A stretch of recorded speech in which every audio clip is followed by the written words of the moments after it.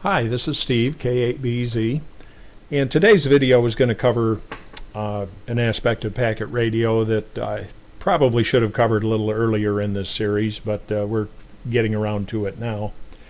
And that is the use of beacons and the commands required to use beacons and how they actually affect how beacons are transmitted. And when it's appropriate to use beacons and how they can be used appropriately, and how inappropriate use of beacons can actually affect the use of packet radio on a frequency. And we're going to be using the dumb terminal program for this demonstration today. And as always, remember at certain points in the video, it'd be a good idea to pause the video and switch over to your terminal program and duplicate the instructions that I'm giving you, so you actually get a little practice using it rather than watching the entire video and maybe taking notes, or just try to remember what you saw and then go back and duplicate it. If you pause and practice this a couple of times during the course of the video, it'll really help a lot, helping this information stick with you and make more sense. So there are three commands that we need to talk about today, and they are the Unproto or Unprotocol command, the Beacon command, and the Beacon text command. Now we're going to start with the Unproto call. The abbreviated version of that is UNP. Now if you enter UNP at the command prompt, it'll tell you what the current setting of that command is, and the default setting that TNCs come with when they're new, the default settings for the Unproto command is CQ. Now in order to really understand this, you need to know the difference between a protocol packet and an unprotocol packet. Protocol packets are packets that are sent between two stations that are connected. And as you recall from previous videos, you connect to another station, and you and that station are the only two stations. I mean, you'll only see each other's packets. You won't see other stations' packets while you're connected. It turns the monitor command off automatically when you're connected, and you will only see the packets from the station you're connected to, and they will only see your packets. Protocol packets use a protocol known as AX.25, and the protocol packets send error detecting information embedded in the packet. What protocol packets do is your TNC will assemble the packet, and it will calculate a numerical value for the information content in that packet, the actual data that you want to send to the other station. It'll calculate a numerical value for that data, and it embeds that number right in the packet in a special place in the packet where it can be located by the receiving station. The receiving station will receive the protocol packet, and it will calculate what the numerical value of the information content of the packet should be. And then it will compare it with the number that's embedded in the packet that was sent by the transmitting station. If those numbers agree, if they're the same, then that means that the receiving station received the packet without errors. And it will send an acknowledgement back to the transmitting station, and it will display the packet in the software, whatever software the receiving station is using. If those numbers don't agree, then that means that some of the data in the packet has an error, that it's incorrect. So when the receiving station compares those, if the calculated value doesn't agree with the embedded number for the calculated value of the packet by the transmitting station, it will ignore the packet. It won't do anything with it, it'll just ignore it. Then if the transmitting station doesn't receive an acknowledgement, it's going to keep resending the packet until it does. Now it will only resend it up to a number that's saved in the retry command. The default value for the retry command is 10.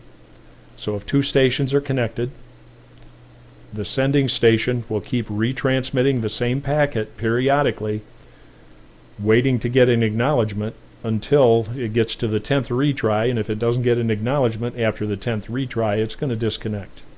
and your TNC will send you a message that says something along the lines of retry count was exceeded and it disconnected you from the station. So those are protocol packets. Only protocol packets contain error detecting data embedded in the packet. Unprotocol packets don't. Now, unprotocol packets are packets like identification packets. Your TNC, depending on some of the command settings, will occasionally send an identification packet just to identify your station, to meet the FCC requirements for identifying every 10 minutes. Beacons are also unconnected, unprotocol packets. A beacon is just a general message that you're just transmitting to any person that might be monitoring on the frequency. Now, beacons can be used to call CQ, and that's typically how they were used in the early days of packet. The original TNCs didn't have a bulletin board built into them. They just had the TNCs to communicate. So if you were a packet operator and you wanted to have a contact with another station, you would have to call CQ. So the unprotocol command was used for that. The unprotocol default setting is CQ. So if we go into the conversation mode by typing CONV at the command prompt, now let me go back. I need to turn the monitor on to follow this. So I'm going to turn the monitor on. Now we're going to see our packets, plus we may see other packets that are just monitored on the channel, and we'll just ignore those if we do.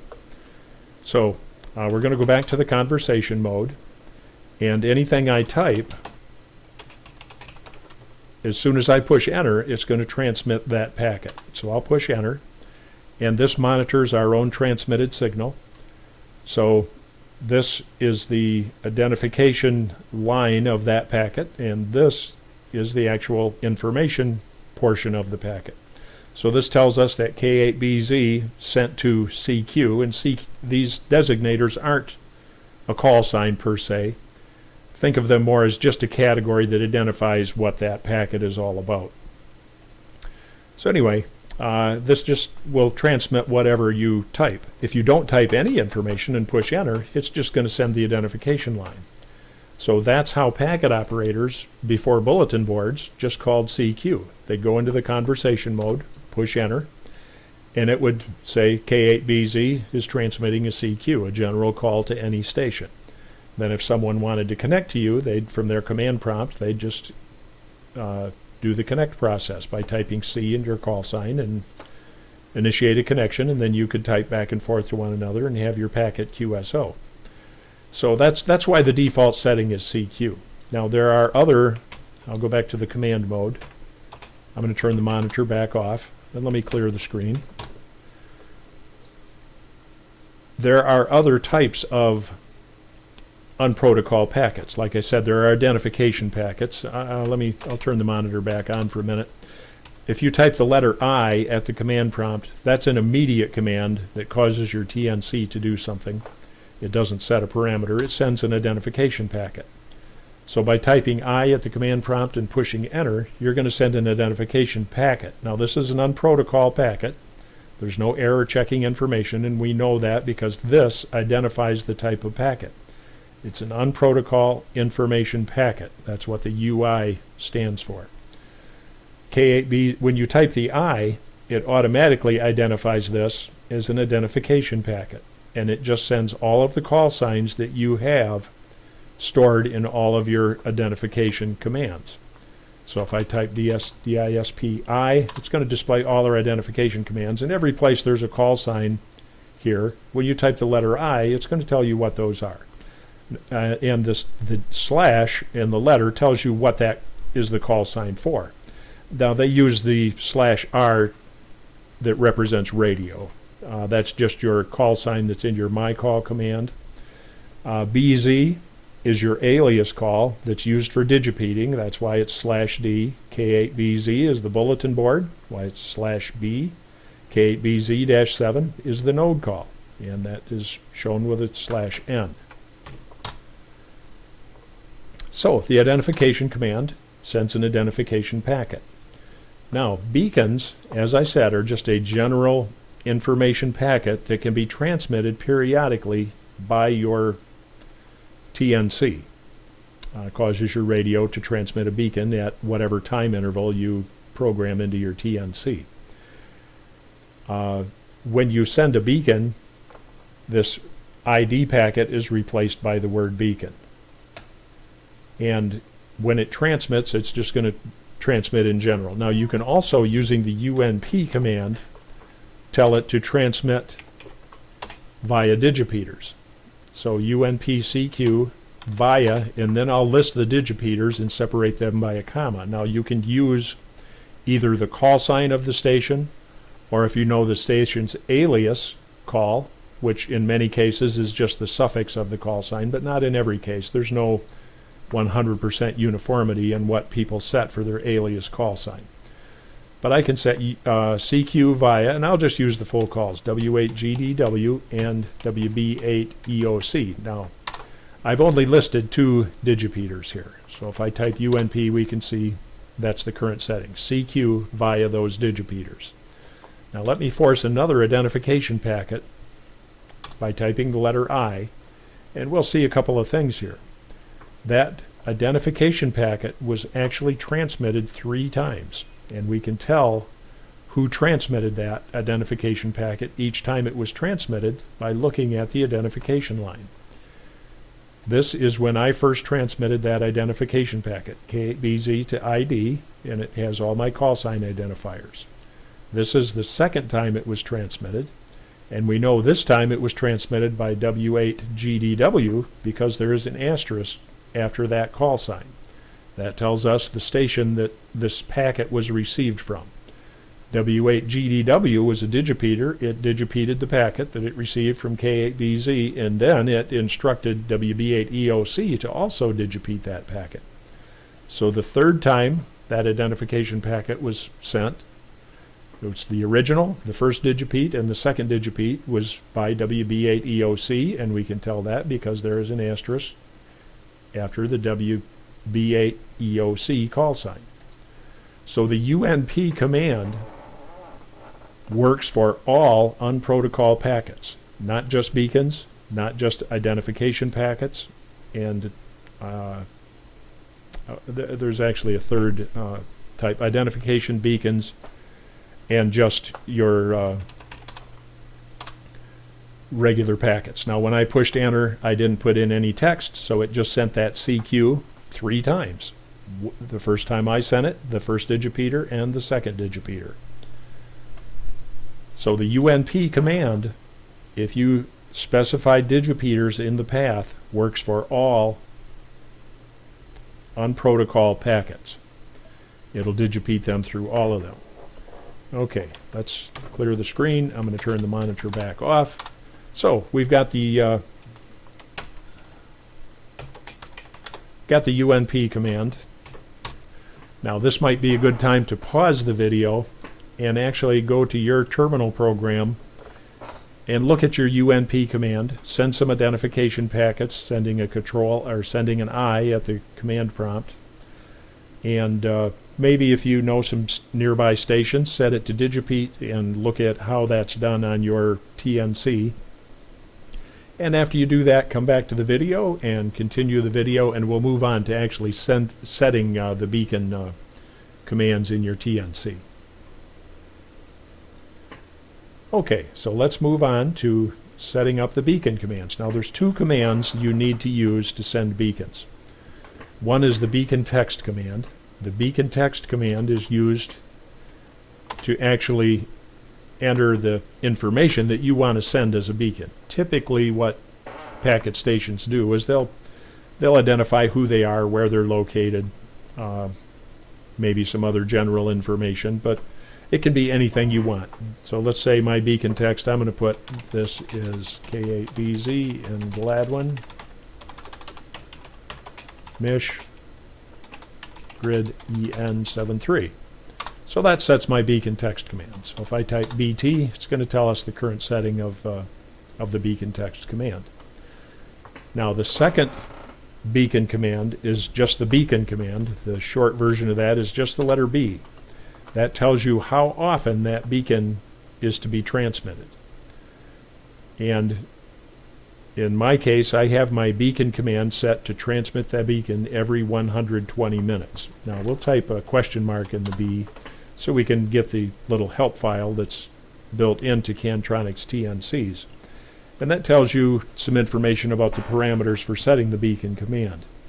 You have two different ways you can set it. You can either set it every, use the word term every, or use the term after. If you use the term every, then it will transmit your beacon every 120 minutes.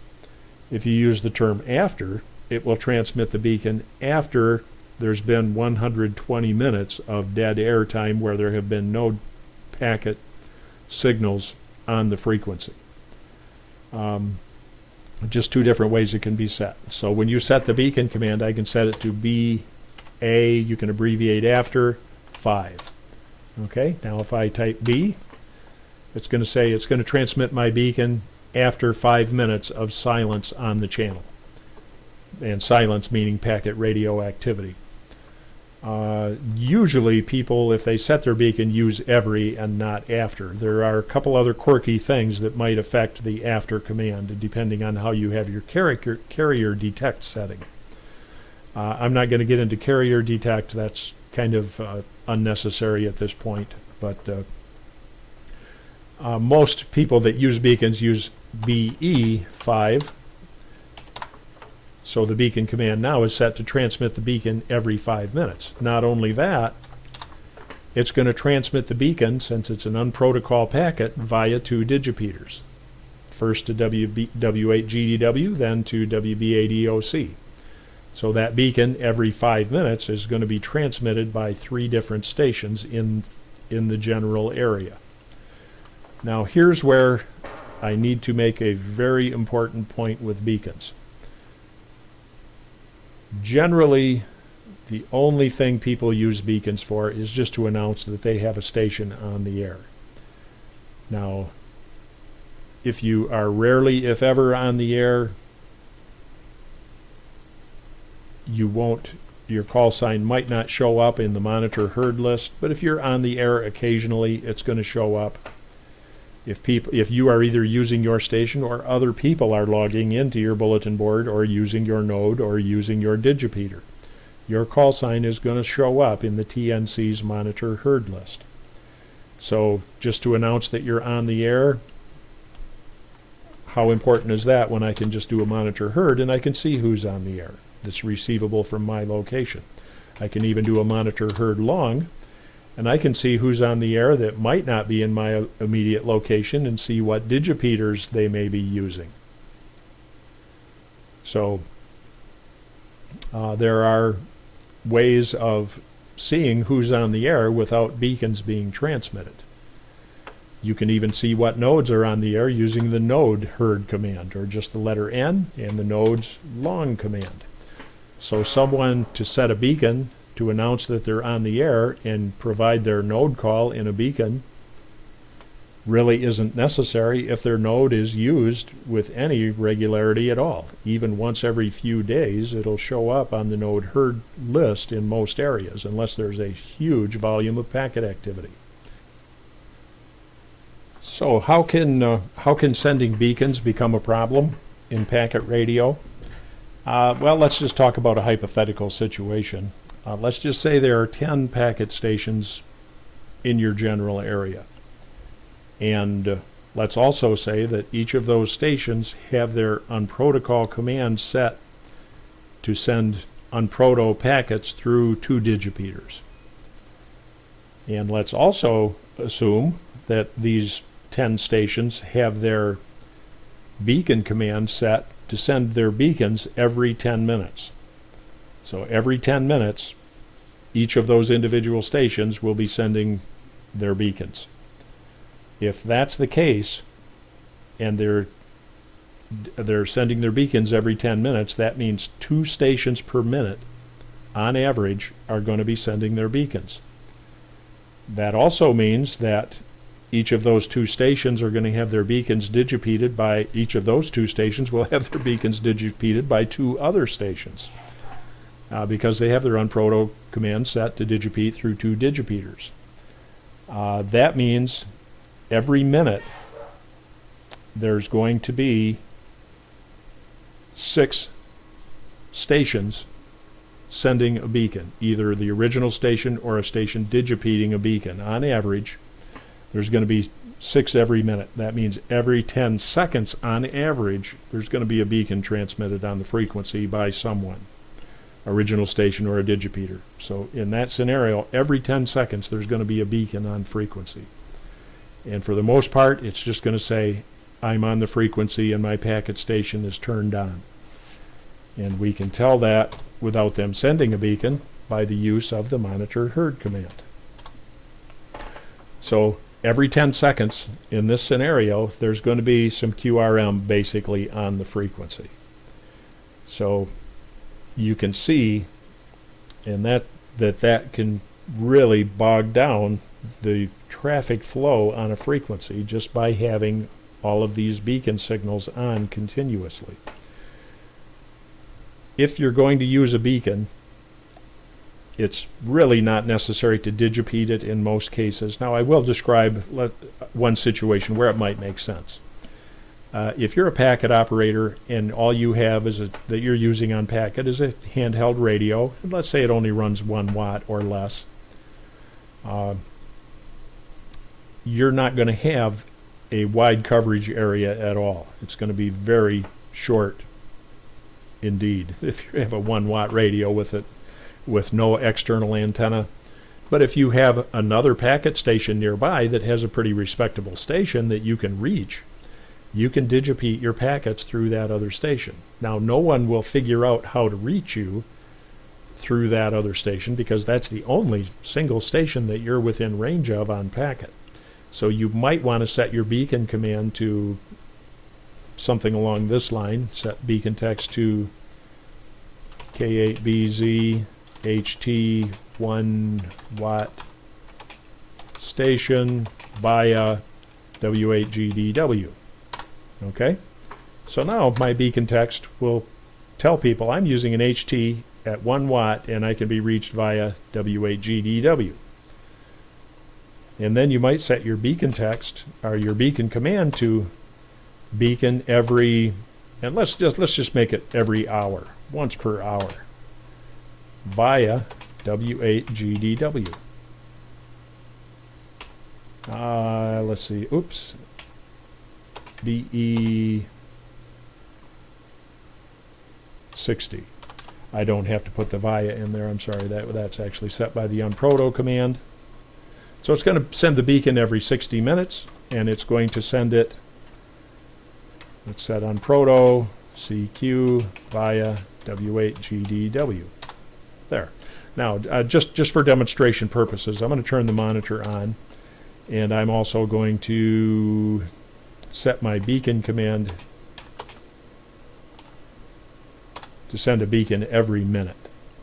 So we're only going to have to wait a minute, and my TNC is going to send a beacon via W8GDW, and we can see how that will actually work. So there's an example of someone that would be sensible for them to use the beacon command. So W8GDW that has a broader coverage area is going to send the beacon, is going to digipeat the beacon. Your call is going to show up in any station's monitor heard list that can monitor W8GDW. Now, I'm just going to have to kill some time here until that happens. And here's an example of a beacon that was digipeated. Like I said, the beacon command, when your station sends a beacon, it's automatically going to show that it's sent to beacon. That was actually sent by the beacon command at this station, and this is a station that is saying this is ALPE00. Okay, now there's mine. That minute went by, so I'm going to set my beacon command back to BE60, so it's not going to do that every minute. And here was my beacon command.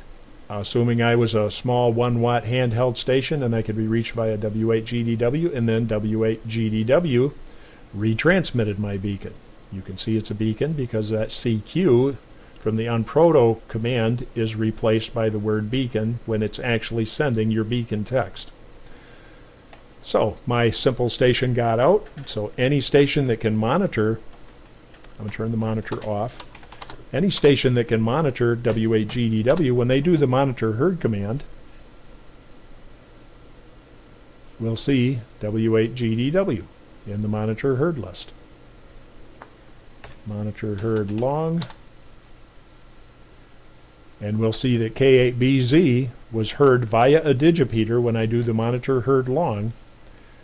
K8BZ will show up as being heard in the monitor herd long list through the digipeater W8GDW. So you get the benefit of sending the packet often enough to keep it on the monitor herd list of any station within range of W8GDW. If you have a pretty decent 2-meter packet station and your coverage area is reaching pretty much county-wide or maybe beyond to the next county's packet stations,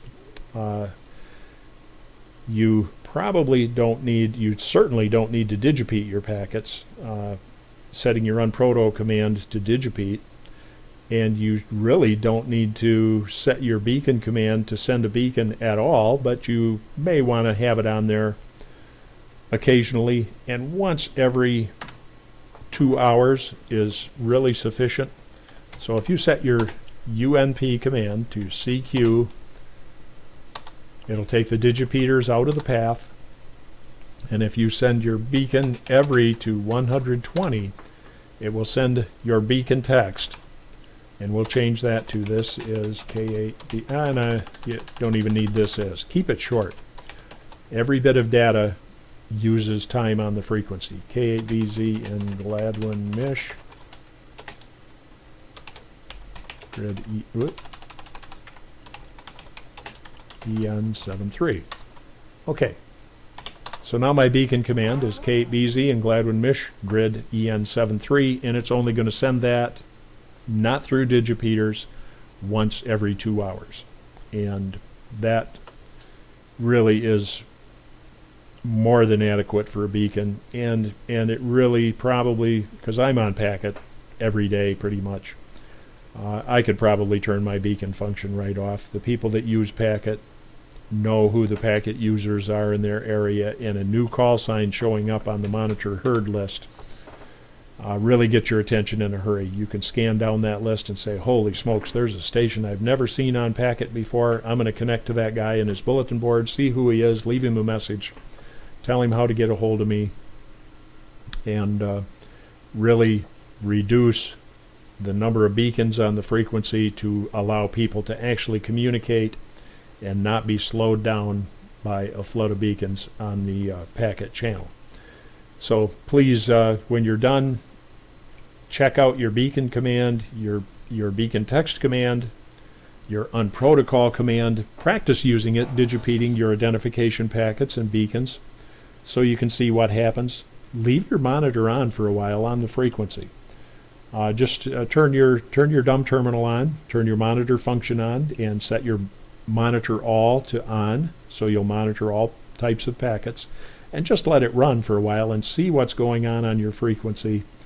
And if there are people out there that really are sending beacons far too often and using more digipeaters than necessary, it will become apparent in a hurry. Sometimes trying to communicate that to the station operator is kind of a sensitive issue. Nobody likes someone else telling them how to set up their personal equipment. It can either be insulting in some cases to the receiver of that information, or it could be embarrassing. So take a look at what's going on. If it's someone you know and can do it in a guidance type atmosphere, and maybe help them curb their beacons if they're getting carried away. If you think it will be taken well, then that might be helpful to do if you're finding you're having an issue in your area.